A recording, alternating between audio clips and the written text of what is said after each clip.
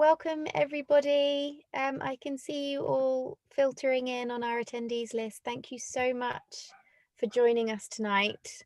I'm just going to give everybody else another minute or so to join before I start the session.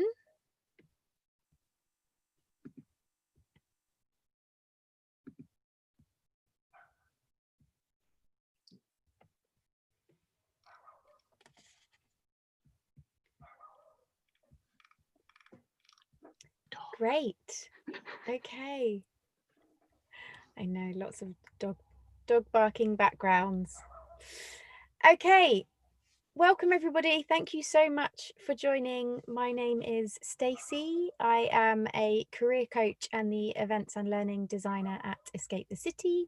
And Escape are a global community of purpose-driven organizations and talent looking to work for purpose-driven organizations and find and create work that matters to them and the world. We are hosting a series of these free webinars, Escape Inspires, to give our community hopefully some useful information and inspiration about work events that might be happening for lots of them this year and during COVID and the pandemic. So tonight is all about navigating redundancy. So I have 4 wonderful panelists who have kindly joined us this evening to share their inspiring journeys of how they have overcome redundancy and made it a positive in some way throughout their career journey. Before I introduce them all, I ask them to introduce themselves. Just a quick bit of housekeeping. We have, if you can see at the bottom of your screen, we have the chat function. Please do use that to share any thoughts or kudos or some hype for our panelists in our conversation. You have separately a Q&A button. If you would like to ask the panelists any questions, please do put your question into the Q&A box.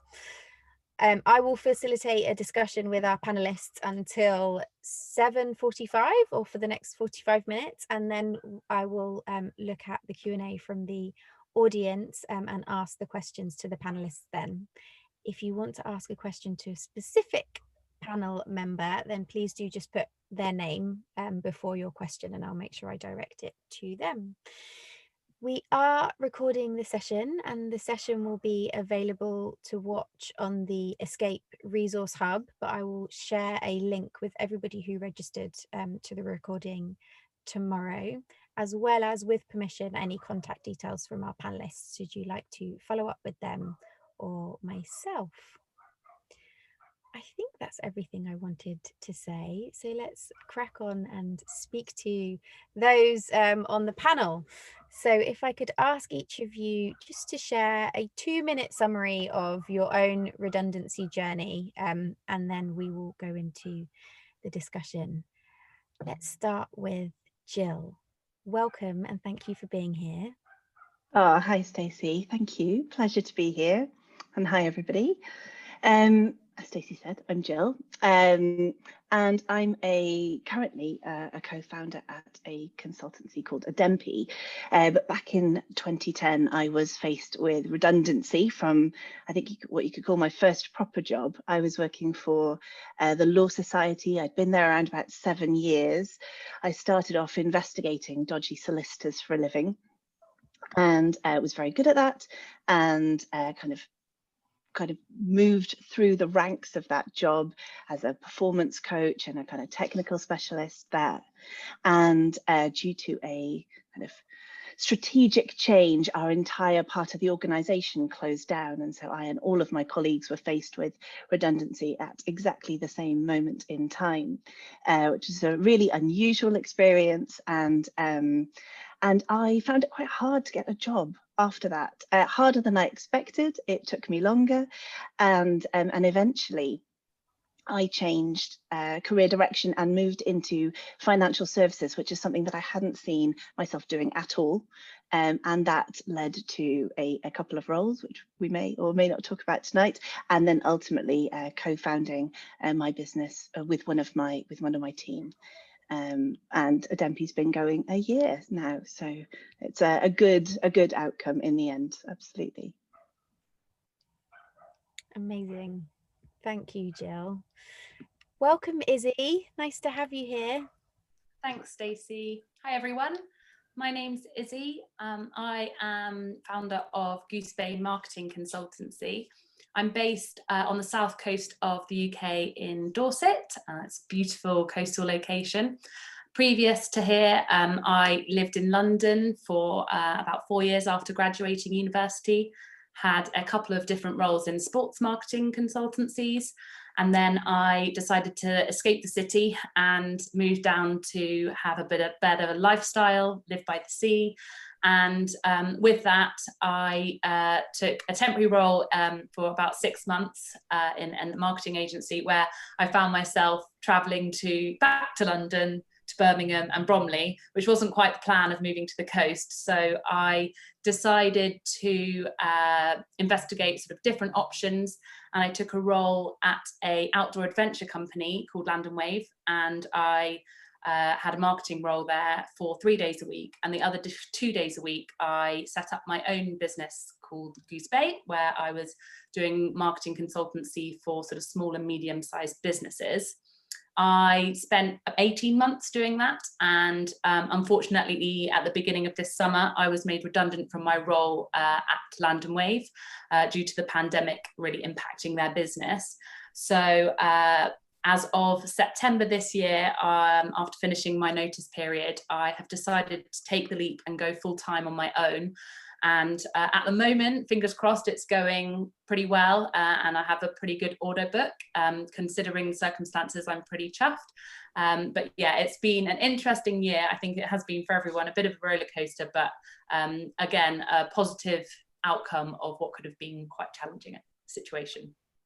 Thank you. Oh, amazing. What an two inspiring stories already. Startup, going freelance. Neil, what's your story?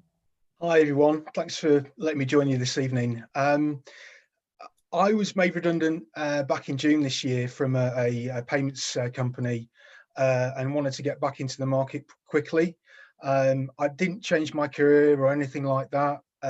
My journey was really about focusing on using the skills that I built up over the last 20 years in sales and account management and business development to get a new job quickly. And I'm really pleased to say that I did that with a company called Ebury Mass Payments. They're part of Santander, in a much better place than I was before. And I've got a positive story to tell off the back of it. So I'm looking forward to sharing that today. I think all the panelists around the table, as it were, are going to show that you don't have to feel coward in it, but by the circumstances that you find yourself in. You can actually come back a lot more resilient and much better as a consequence of it. So yeah, look forward to talking to you all about that in a bit more detail.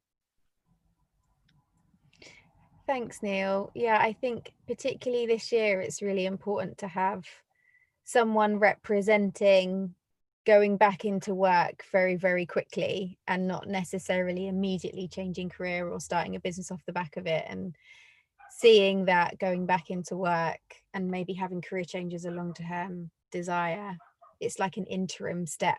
And often people who are made redundant don't necessarily have the capacity or flexibility or to go and do something totally different straight away. So thank you so much for being here, and kudos for finding a job so quickly in such a difficult year in a difficult jobs market. And Eleanor, welcome. Please share your story.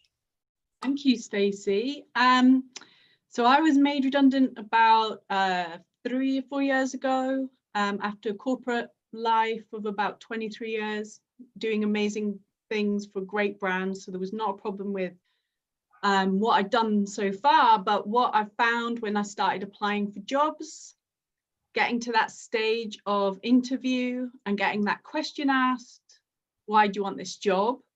And deep down inside, the real answer was, I don't want this job. I just have to get this job.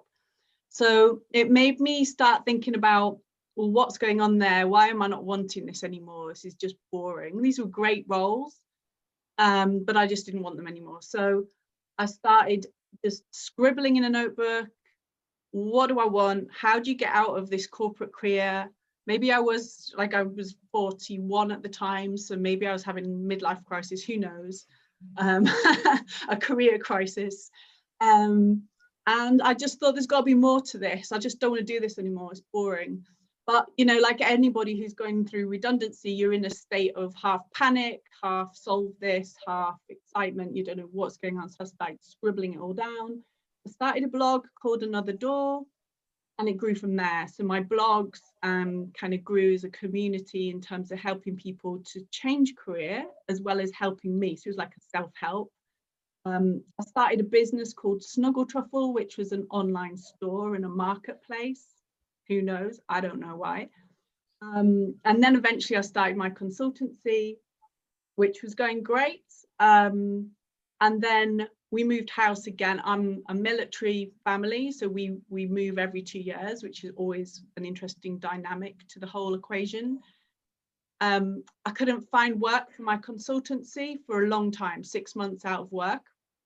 Not good. By this point, no redundancy money, no backup, business cash flow disappearing. So I wrote a book called Why Losing Your Job Could Be the Best Thing That Ever Happens to You.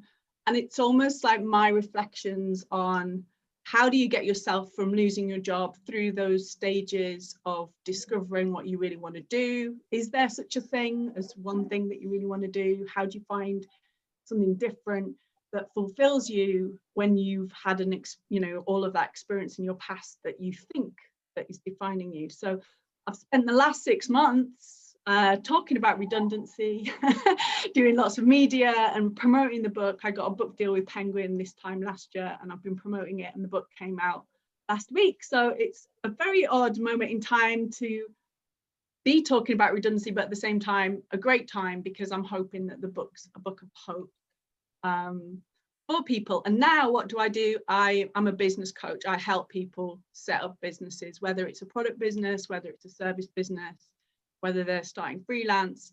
I founded Another Door, which helps people through that whole lost phase, and then I coach people to start something new.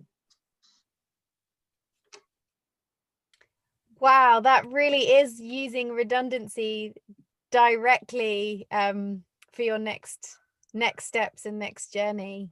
Very directly, yeah. Really do have an expert on the panel. Amazing. And we will, of course, share a link to your book in the mail out tomorrow, Eleanor, because it's hyper relevant.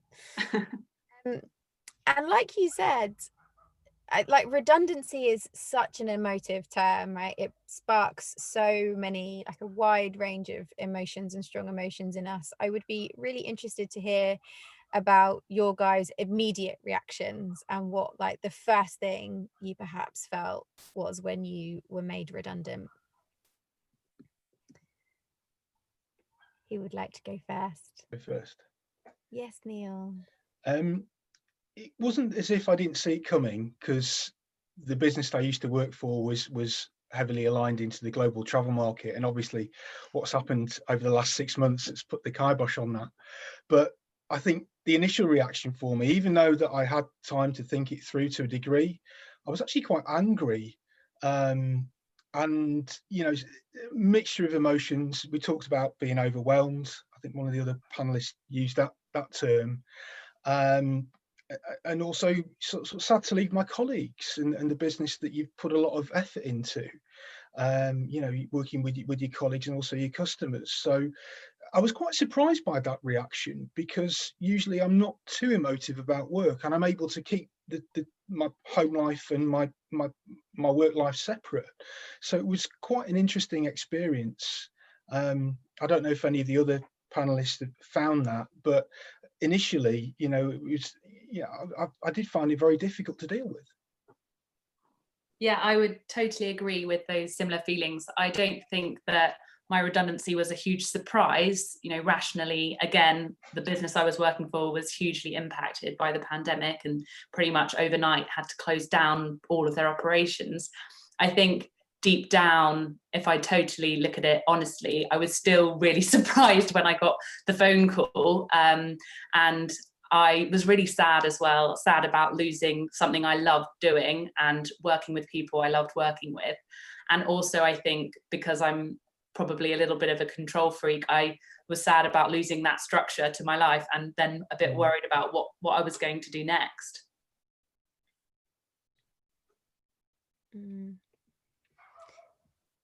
Jill, Eleanor, anything to add? Mine too. I had an awful lot of notice, I think, for me. So it wasn't a surprise, but it was a long, tortuous process, almost kind of played out over years, because the organisation, it was a political decision to split it into 3 different parts. And so our part was inevitably closing. And I think, there was resistance from everybody to that, and people trying to turn it around for a while and make it work. But it was quite clear that it was going to be a situation that, where that wasn't the case.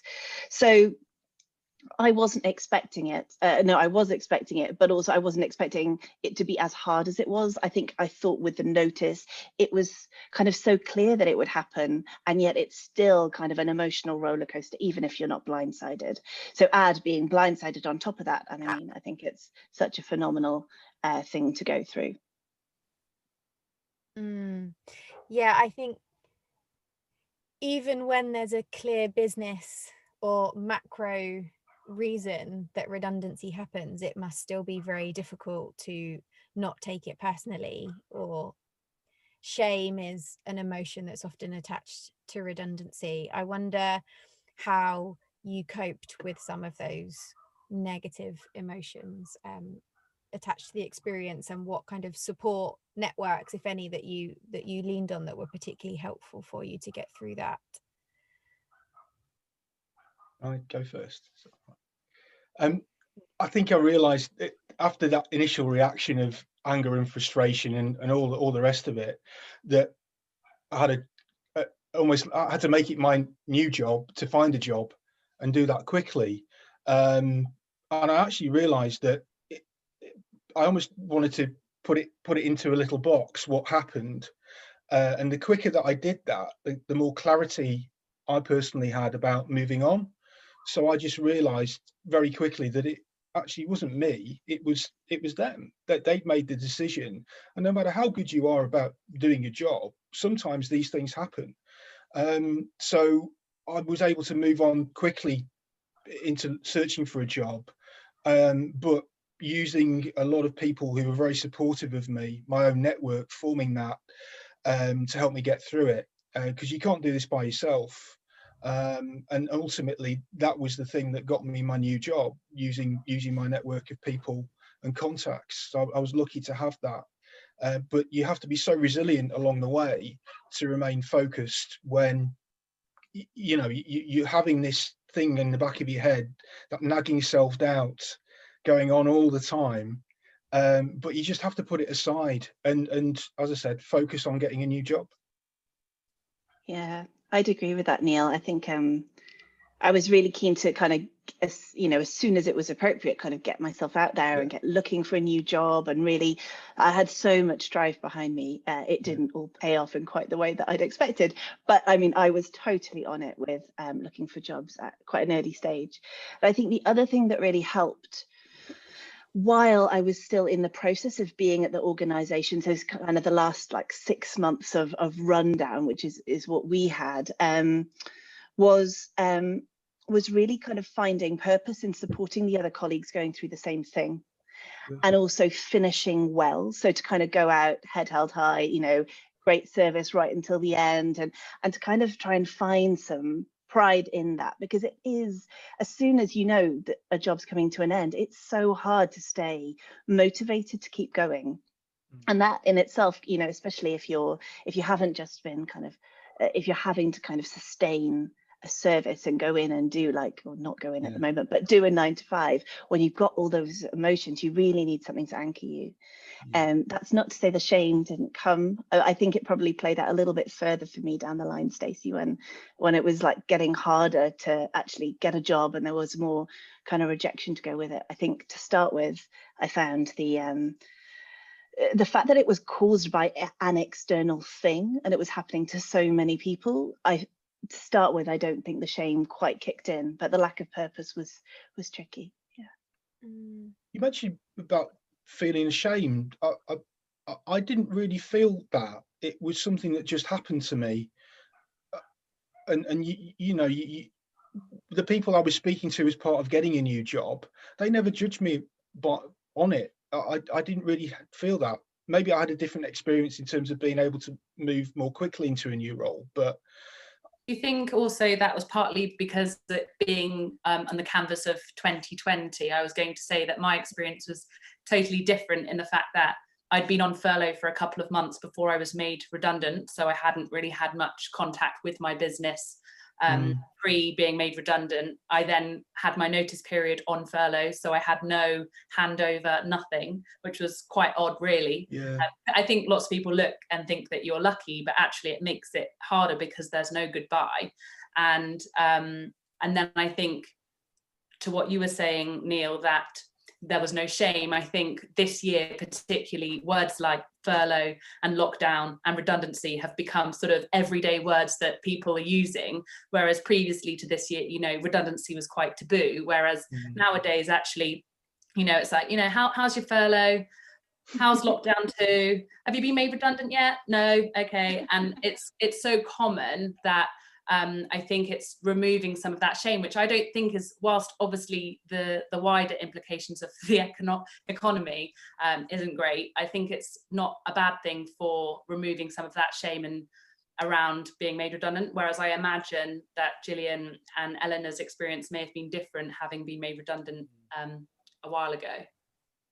I think there's lots of different sides now. I mean, I work with people now every day that have been made redundant, and it's very circumstantial, and it's very how it gets handled is really key to how people then react from it. But you're right, Neil, it's not, and Izzy is such a good point, like it's very common terms now that people talk about it very openly. From my point of view, maybe I didn't feel personally ashamed to a degree, but when I did my research for my book and I talked to more people, that was a very common theme that came up. And thinking about it, I could have taken it very personally. I got made redundant from a job that still existed, if I put in brackets subject to clauses of blah blah blah, but it did. And it was really bad the way it was handled, and I think that's what fueled me to a degree to think, I'm not doing this anymore. I don't want to work for corporate anymore if this is how you get treated. So it definitely is how it's handled, is a direct kind of, you know, you almost mirror that feeling to a degree and carry it with you, but then that's where it'll be like what Stacey says, like you've got to grab that and own it and say, okay, that's in the past. How am I gonna tool myself up to put myself in a positive position, let go of that and move forward, because it's gone. You know, it doesn't matter how it was handled. It's just me now on my own, and I've got to sort this out. So yeah, it's very circumstantial, definitely.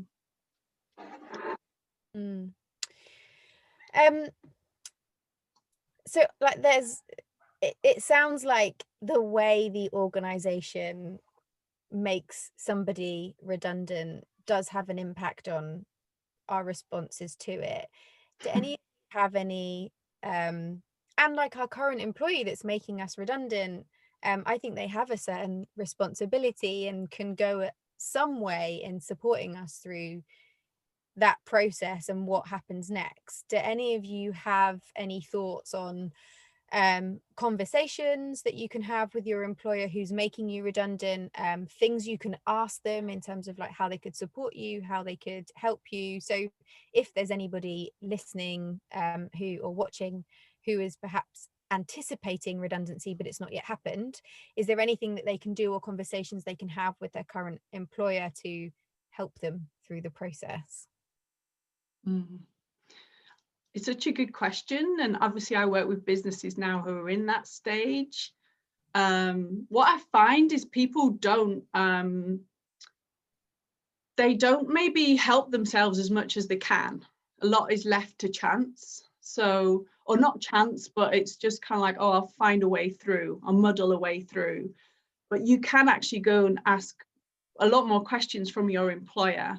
They might have an EAP service if they're a big organization. They might have outplacement service. That's what we offer now to businesses. They might have some sort of coaching that you can take advantage of at all levels. Don't ever put yourself in a box that something's just for a certain level. We work with all kinds of different levels. So yeah, I think definitely ask, and also ask if people can put them in touch with people, like start a little network if you can, because that's the moment to really, you can ask your manager, look, do you know anyone who could help me in this field or that field, or something that I'm thinking of. That's the moment that perhaps you can get them on a good moment to help. They'll want to help you to ease their awkwardness or uncomfortableness. So maybe, yeah, don't be afraid to ask questions. But then I would also say, once it's kind of done, to try and disconnect and move into your space and really open up and take advantage of all the stuff that's around at the moment that's trying to help you. LinkedIn is full of people with amazing stuff that's trying to help. So yeah, tool yourself up. Like, you can get help, you can really move quickly. Like Neil's an amazing example, like he's got a job already. So I think you can do it. There's jobs out there. Don't get sunk by the headline of thousands of applications. Don't get sunk by it. Keep in your own lane and tool yourself up to go and get what you want. I think from someone who's worked in a much smaller organisation, so there were no sort of formal processes or services that I could kind of reach out to. One way, just a couple of small things that I did as I was leaving. As I said, it was weird because I hadn't seen them for months, and I wasn't going to see them for months because of the situation we're in. But being proactive and obviously sorting out my job application admin, so my CV and my LinkedIn, asking them for recommendations on LinkedIn, getting them to send maybe references. And my previous employer were kind enough to recommend my new business, the consultancy, on their social media channels and sent it out to some networks. And whilst obviously that's quite a unique small business kind of family example, it did really help. But I would say jumping on it right at the moment it happens, rather than waiting 2 months and then asking, because it doesn't really work as well then. Don't be afraid to ask for what you want, but also just to go back to what Eleanor was saying, I think you also need to understand where you stand legally in all this, because it can be so overwhelming. You're given lots of paperwork to review and the rationale behind the decision. So I mean, just basic stuff like visiting the YouGov website, the gov.uk website. And also I got some interesting stuff off Martin's money saving expert, just because it's such a hot topic at the moment. It's all over the internet. So just know where you stand, probably before you have the conversations as well, because you might be quite surprised about the power isn't always with the company that's making you redundant. It's just as important you get the deal that you want as well, if there's one on the table. Yeah, I'd agree with a lot of that. I think the deal also, sometimes it's not about money. Sometimes it's about wanting to hang on for a bit longer or leave quite soon. And what I've seen is that really plays out differently for different people depending on their circumstances.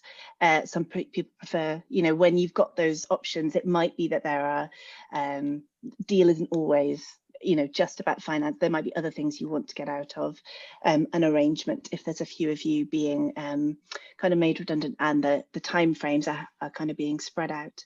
I think I loved what Izzy was saying about the email, because I think showcasing, it can happen in kind of small organizations and in big organizations. And there's an example of a financial services firm recently, a fintech firm, who made an awful lot of people redundant. And they actually kind of created a dedicated page showcasing the talent that they couldn't keep on, but were kind of, wishing them well and pushing them out in the world. And I thought that was such a good example of how to do it and kind of go out, with pride and really, be sad to let these people go. The other thing outplacement's been mentioned. There've been lots of good things that have been mentioned. The one thing that I think I found useful at the time, and also subsequently when assessing my options, is kind of coaching around skills and how to use the skill set you've got, know what you're really, really good at, and how to think about that in a different way, because you can become a bit kind of quite sector focused, or even just organization focused, and then it's really hard, or title focused, it's really hard to think about how to move past that and be open to more things. And yeah, so I think those kind of the skills, strengths finder coaching can be super useful. And it also helps you build your own sort of confidence back, doesn't it? If you realise, blimey, I've achieved all this, and my skills and experience can be just as important in this sector or with this company. It can really open up your eyes and be a springboard to getting out there quickly. That's a really good point. I did that as well. It's good. Yeah. I think it kind of puts you in the driving seat, because sometimes when you're in redundancy, you're kind of in a process that feels like you're being swept along with it all and not so much in control. But yeah, I think that helps you take charge. Definitely. Wow, so much useful information and specific actions people can take. Thank you, guys. Just a reminder to anyone who's watching that we will be asking questions of the panel from attendees. So if you want to drop any in the Q&A box, use the button at the bottom of your screen. I will look at those in about 15 minutes.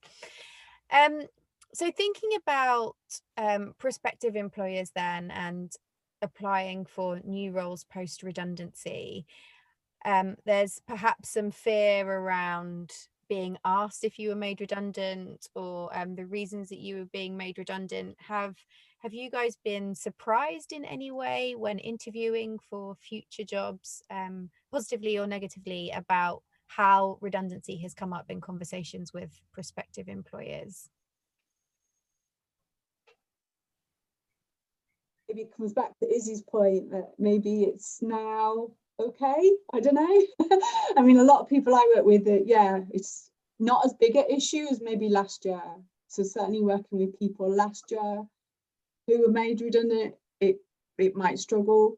I think I always just say to people, just don't worry about that. That's not the thing to be worrying about. The thing to be worrying about is that the job you really want. Have you done the research? Have you put your heart and soul into absolutely, getting yourself prepared to sell yourself in that moment in time? Whether it's on a cover letter, whether it's on your application, whether it's your CV, are you absolutely singing and aligning to what they want and what you want, to bring it all together as a beautiful match? That's the goal. That's the end goal.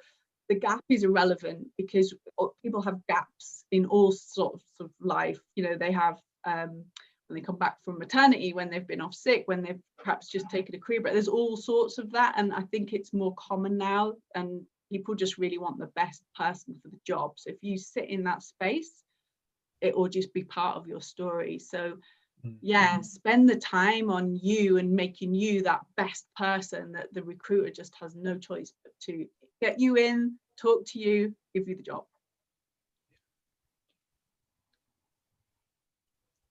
I love that. I think I don't remember it being a difficult part of the conversation at all. But again, I think we were saying, there are these external things happening. But I think it's probably worth mentioning, it does change the power dynamic. I've been a sought after resource since, in time since and before, in terms of people kind of looking to employ me. And yet it was so interesting that during that period where I was redundant, it was really hard to get a job. And it was at a time when the market was suddenly flooded with people who all had the same skill set as me. So, that it does make it really tricky.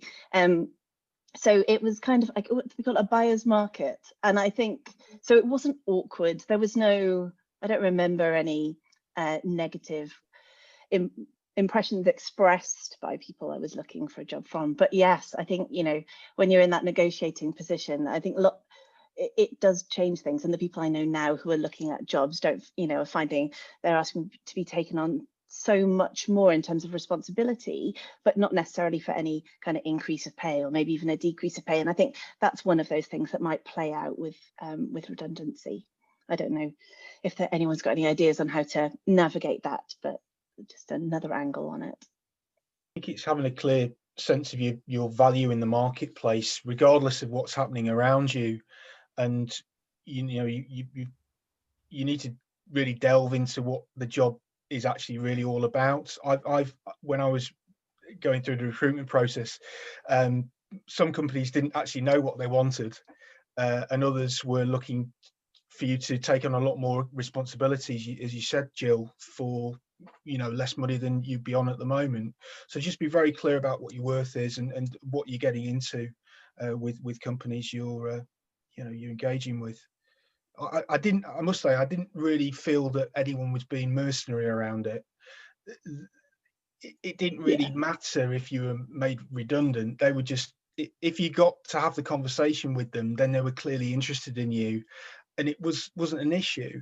You'd overcome that first hurdle first of all, and now it was your chance to shine. Yeah, I think that's right. And I ended up taking a massive pay cut, but I was also changing sector, and that was part of my own decision, saying, right, I'm going to kind of start at the bottom and learn from the ground up again, in somewhere where I think I'm going to have a really good opportunity, and I'm willing to kind of roll the dice and take that chance. It didn't feel mercenary, but yeah, just the negotiation dynamic. Yeah. It's maybe when you're changing sector or doing something a bit different, it's going to be a little bit different. Sounds like you got snapped up, Neil. It didn't feel like that at the time, but no, I was very lucky. But yeah, it was overall a positive experience. But yeah, it took all my resilience and negotiation skills, I think, and tenacity, to even get myself in that position. But I want to help people on the call, navigate through it like we all do. So yeah, Neil, and if you wouldn't mind, now's a really scary time to be looking for a job. The assumption is lots of people are being made redundant and not many people are hiring at the moment. If you can share any specific job hunting tactics or what your experience has been of the jobs market this year, that would be really helpful. Apart from doing the skills inventory and your CV and making sure you got a solid covering letter, one thing that really sort of catapulted my job search forward was having a friend giving me a supportive recommendation on LinkedIn. I think I must have got about 28 different likes or comments off that, and that was right at the start of the process, when I think, as I said before, I was feeling quite overwhelmed and didn't quite know where I was going to go with this. But having somebody do that and be supportive of you not only boosted your self-confidence, but it also gave you several conversations to crack on with within the marketplace that you work in. So that was really, really helpful. And it also shows the value of your network, people looking out for you. So, and don't be afraid to ask for help. If you want somebody to have a look at your CV, for example, give it an objective view, or in particular when you do apply for or start applying for jobs, go through your application with a fine tooth comb and make sure that it does really communicate and show your best self, in order to differentiate out there, in a difficult market.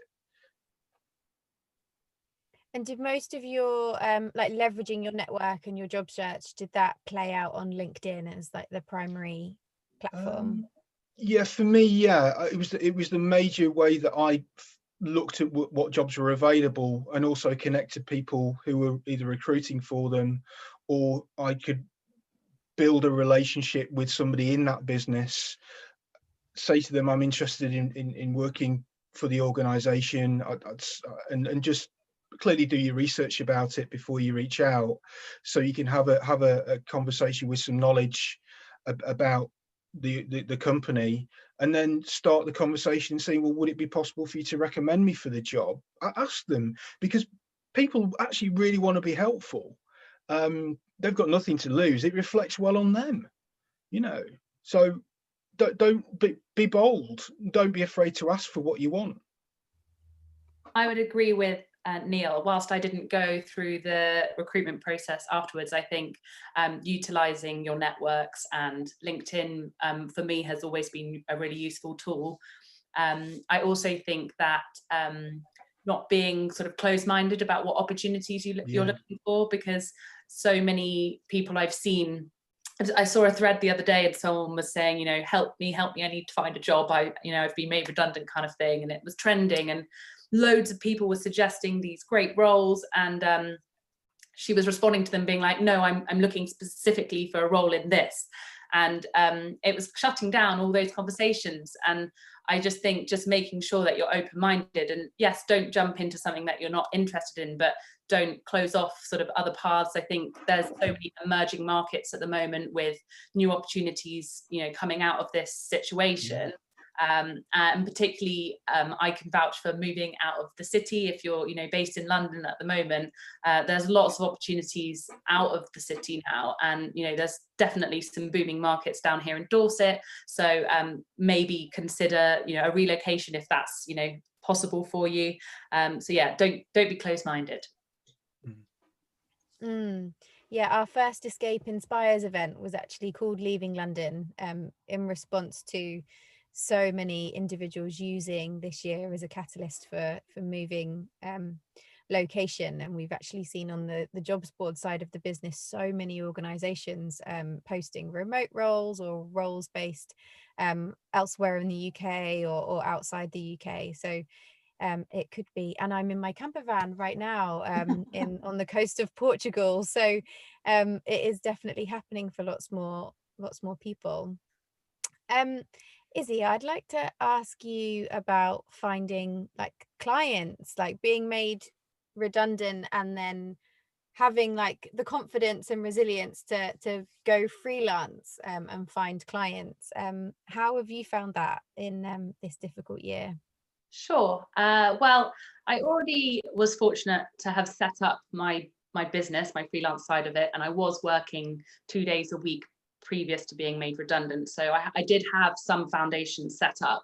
That being said, once I was made redundant, I had 3 days of my time and finances that I needed to build up again, that I needed to fill. So during the time that I was on my notice period after being made redundant, I tried to be as proactive as possible with attending lots of local virtual networking events. So I just jumped on the local Dorset Chamber networking events whenever they had sort of opportunities to chat to people, more just from a social point of view. Obviously we were locked down, so it was a great way just to speak to people, but also that led to a couple of opportunities with local businesses looking for some help with their marketing to get online because their shops were closed, etc.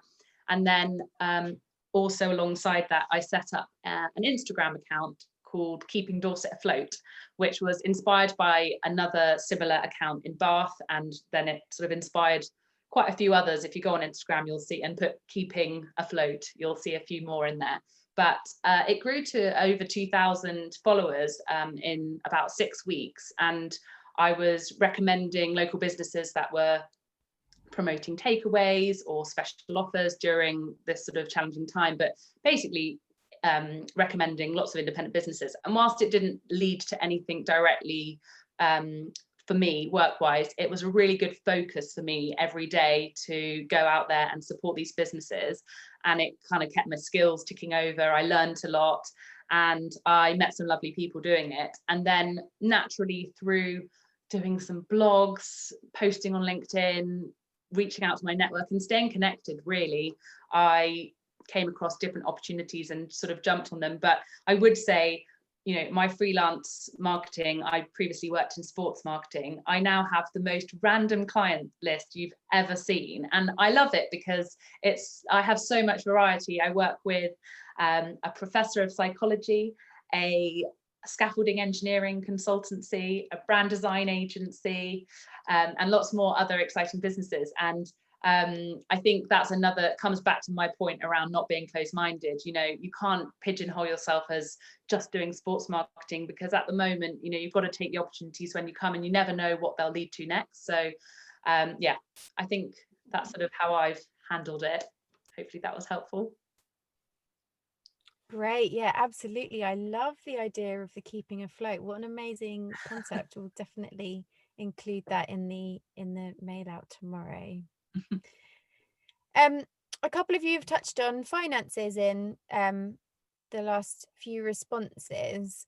Obviously, redundancy impacts our finances and can do so in a number of ways.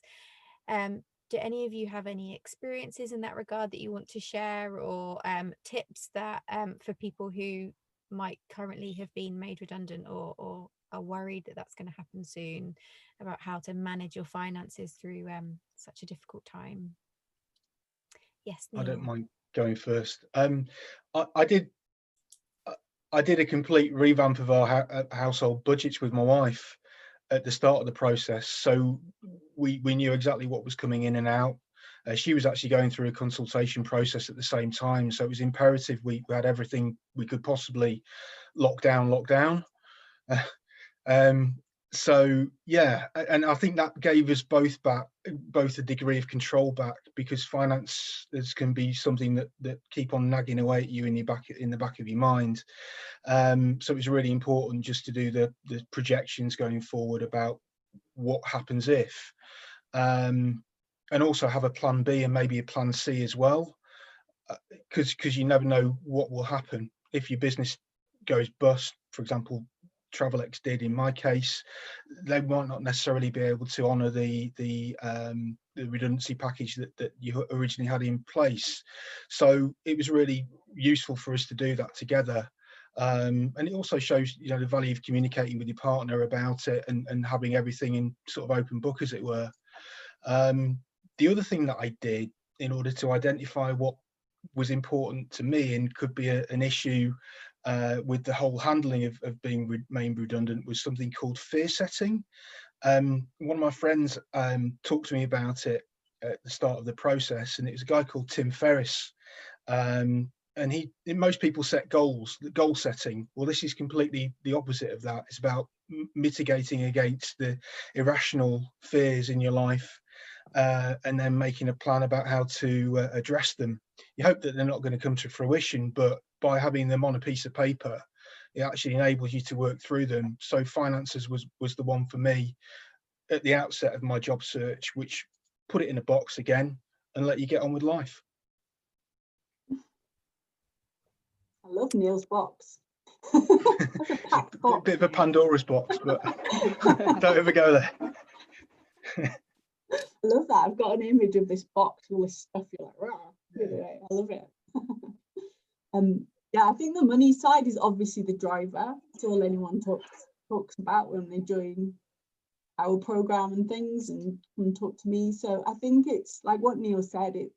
It amazes me how many people don't know their numbers, but they're worried about the numbers. And I'll put my hand up and say that was probably me 4 years ago. So you're like, oh my God, I've got to earn money. And then when you say, okay, what's the date you have to start earning and tell me how much you have to earn, you'll go, oh, I don't know. So I'd say, like, do that work. Like Neil said, it's, it doesn't matter if you haven't got a partner, if you're on your own, do the work on a piece of paper that says, these are my outgoings, this is what I need. Don't be afraid of it. And the other thing that we find is people find ways to reduce money, like your utilities. It's a great time to start phoning them up and actually get better deals. I'm starting to sound like Martin expert, like you said, Neil, but go on that website because it's amazing. And you can reduce so much because you've been in this sort of flow of just earning money. It goes in, it goes out. You've been doing your work, you're in flow, so you haven't been owning all of this stuff. So now's the time to own it and know your number, to know the date that you have to earn X amount, write it, and that's your new target, and that's the goal you're working towards. And then you can start making decisions around that, like what's the sort of work that you need to then do, depending on if you've got X amount of time. You might just need a needs must job. Just go out and just get your needs must job to bring in money.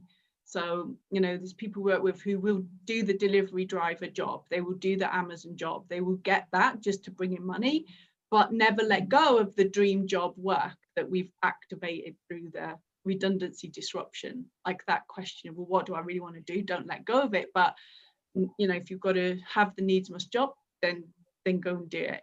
And then, yeah, just take stepping stones to get towards it. And you'll know whether you need to take the job or not, and how much effort to put into something when you see it, depending on that date and number. So it's like Neil said, it's worth doing it. It sounds dull. Maybe try and make it exciting. But bottle of wine, Neil, or something like that. Nice music. I don't know. Try and make it interesting. It took a bottle of wine to get through it, I can tell you that now. I agree with Yeah. you, Ellie, that that it's easier to consolidate than you probably think. There's definitely, we did a similar process, my partner and I was really fortunate that he was in a secure job in a secure industry this year, which has definitely helped alleviate some of my worries. But we definitely at the beginning, actually before I even thought that I was going to be made redundant, when we went into lockdown, obviously things were very turbulent, started looking at, you know, what we could cut. Gym memberships were out the window, mainly because they were closed, but it meant that we didn't have to go either.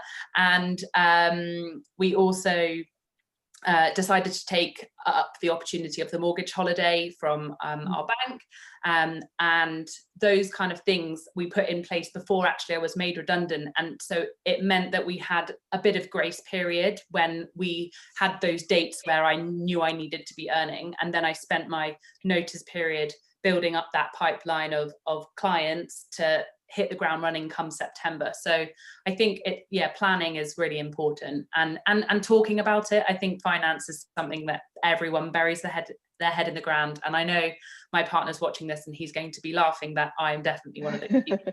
But so he's going to be laughing that I'm preaching about it. But do plan and do talk about it with your network if you're comfortable with doing that, because definitely, like, a problem shared is definitely a problem halved, even if it's just like taking the burden off your shoulders. Yeah, I'd agree with everything everyone said about the planning and the horror of that spreadsheet. But it's so worth doing. And I think one of the things that I did that I found really helpful was, instead of kind of having it binary of I must earn this or that, kind of thinking about it in terms of, well, so if things were like really, really bad, I could live on this much a month. And if it was like, all right, I could live on this, and this is kind of where I'd want to be. And just having a bit of a kind of a continuum, so that, you know, essentially when you're being offered things and when you're thinking about it, you're thinking about all the different levers that it can pull. But I think, you know, down to that needs must job, it's these kind of like an entrepreneur's phrase, it's about like the runway and how long you can keep that going for. And so, you know, the more you know, the better position you're in. And quite frankly, I don't like that spreadsheet any more than anyone else does, but it's powerful. It really is. And then I think the other thing to say is, you know, money, it's going to tie into then, you know, your next role and thinking about negotiations. And this isn't a great time to be negotiating, as we kind of said, but I think there are things that you can do to help yourself if you're having to accept something that you would, you know, is lower than you would think, including kind of asking for, you know, somebody to review your performance in, you know, 6 months time, and then kind of talk about some, you know, the pay again at that point. And that was something I did last time around and worked out, you know, really well. So I think that's definitely worth doing if you're in a position like that. Thank you all so much. Yeah, and definitely this year, Izzy mentioned the payment holiday, but if you're expecting to be out of work for a few months, do definitely check the government support that's available because of the pandemic. You can go on, there's a website called Eligible. I'll include the link where you can check what benefits and support you might be eligible for, and all of the employment support schemes. So we'll make sure we include those too. Great. Thank you all so much. We have some audience questions, which I will come to now. So Lara has asked, have you used any resources to further yourself after redundancy, inspiring books, courses, or YouTube videos, etc., that you would recommend? Eleanor, anything come to mind? Oh, very good book to recommend. It's amazing. It has everything that you have ever wanted. Oh, I'm a massive reader. Actually, you can see that is my pile of books that I'm yet to read. A really good book, which I would recommend to people, is The Chimp Paradox. I think a lot of all the stories that we're telling ourselves is just in our mind. And when we know that, we can start working on anything. And probably all of the topics we talked about tonight come back to the internal story that we're telling ourselves. So Chimp Paradox by Dr. Stephen Peters is probably my number one that I'd recommend at this point in time.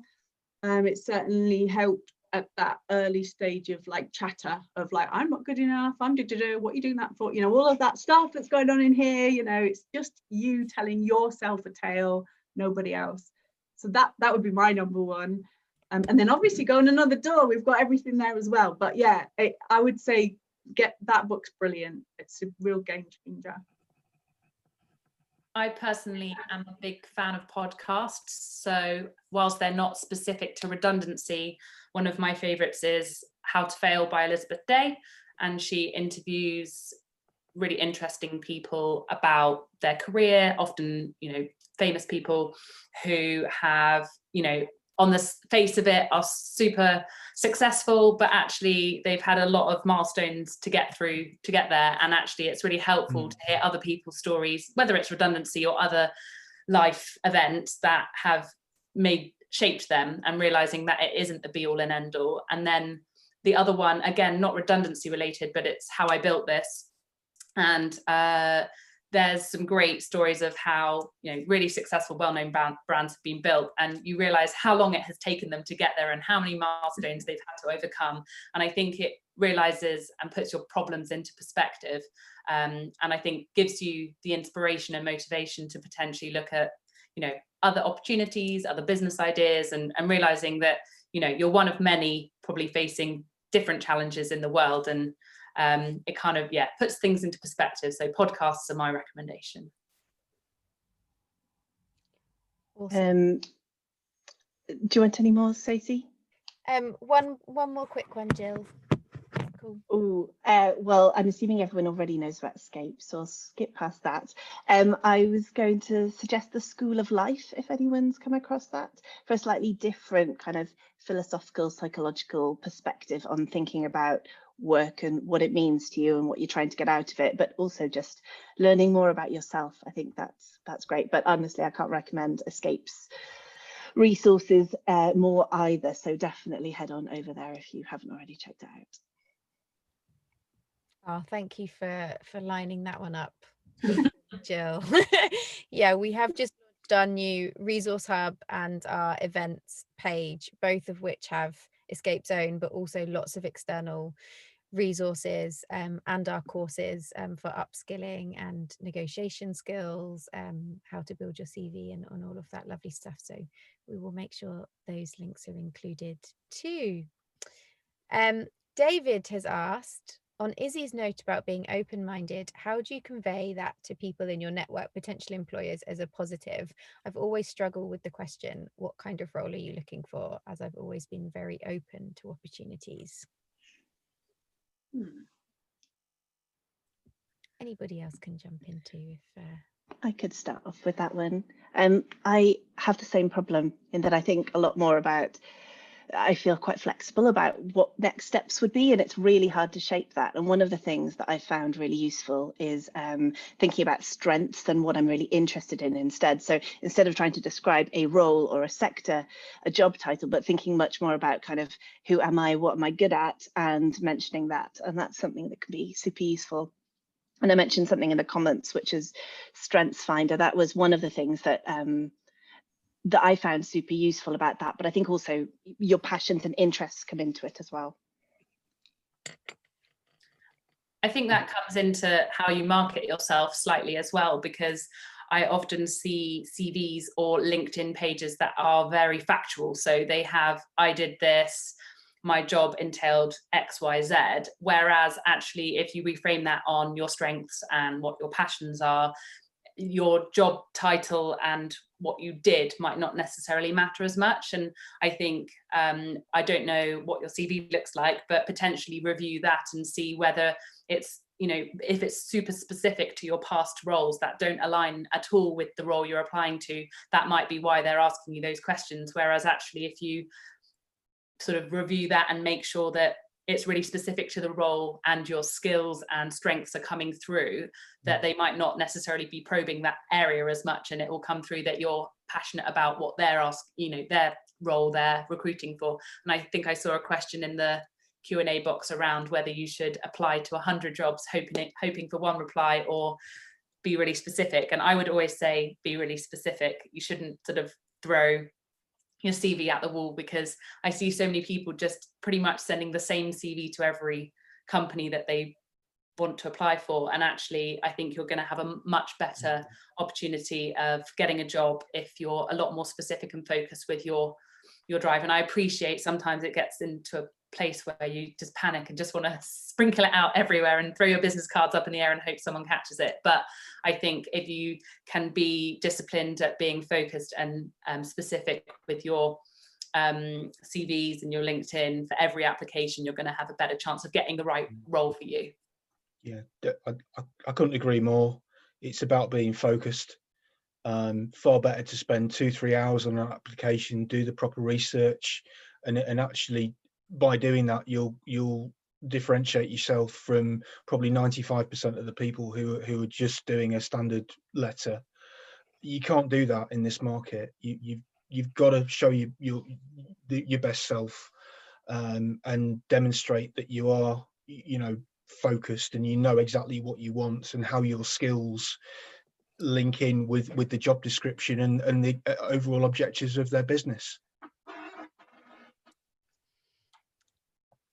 Yeah, absolutely. I think those are great tips in response to Asia's question to on applying for hundreds or sending out your CV to hundreds of recruiters and organizations versus just a few. I think specific and targeted is very good. And I think doing your research, if there are organizations you would love to work for, doing your research and looking at what they're putting out in the world, like what are they writing about on their blog, on their own social channels, what problems does it look like they're trying to solve for themselves or in the industry, and having a supplier mindset of how your skills and values can be aligned to helping them solve those problems is very helpful.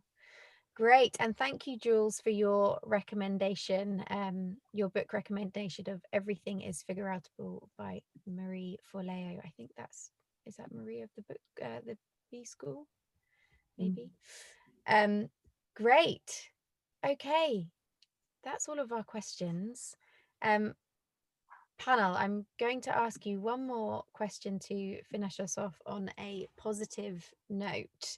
Having been made redundant and be flourishing on the other side of that experience, knowing what you know now, what would you go back and tell yourself on the day that you were made redundant?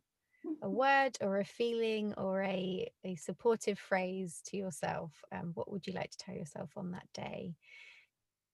Feel free to start when you're ready. I'd say give yourself time to process the emotions. Don't try and rush it, and don't sweat the small stuff, because good things are coming.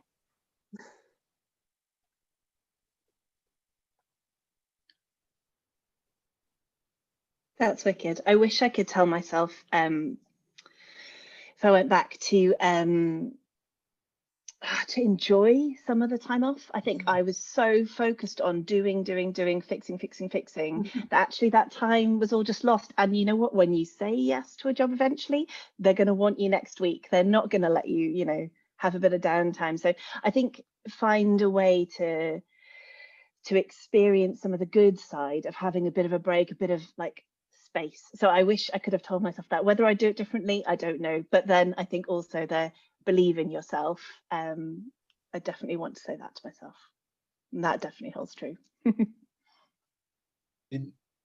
Just to echo Jill's final words there, I think trusting your own capabilities, because you've got it within yourself to turn this situation around and come back stronger.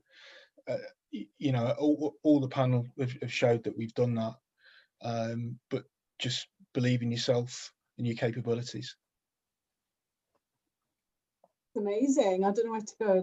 They're all amazing advice. I'd say to myself, don't eat the cake. That's very symbolic.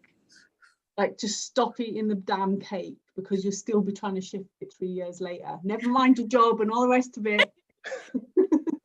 Don't eat the cake. There's obviously more to that. Look after yourself, like what Jill said. Enjoy and look after yourself. But yeah, drop the cake. Good advice. Yeah, what an way to end our discussion. Thank you to everybody who joined us this evening. I personally can't wait to watch it back, just to make sure that I've firstly included all of the links to the numerous resources that you've all shared. Wow, bucket loads of really helpful stuff there for everybody. So thank you so much, but also for all of your own insights and inspiration from your own experiences too. So thank you very much to our panelists for joining.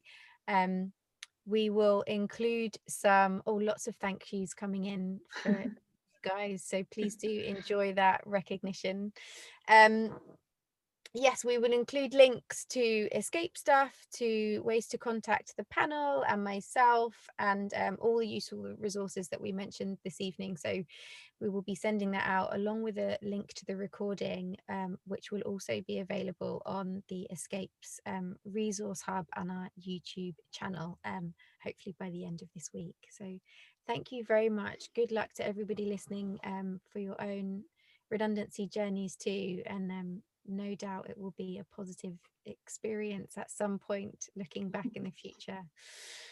Great. Thank you very much, everybody. Thank you, Stacey, for being a great. Stacey. Yeah, thanks, Stacey. Your camper van, your amazing camper van. Thank you, guys. Take care and have lovely evenings. Good luck, everyone. Yeah, good Thank Good you. luck. See you. Thanks. Bye. Bye.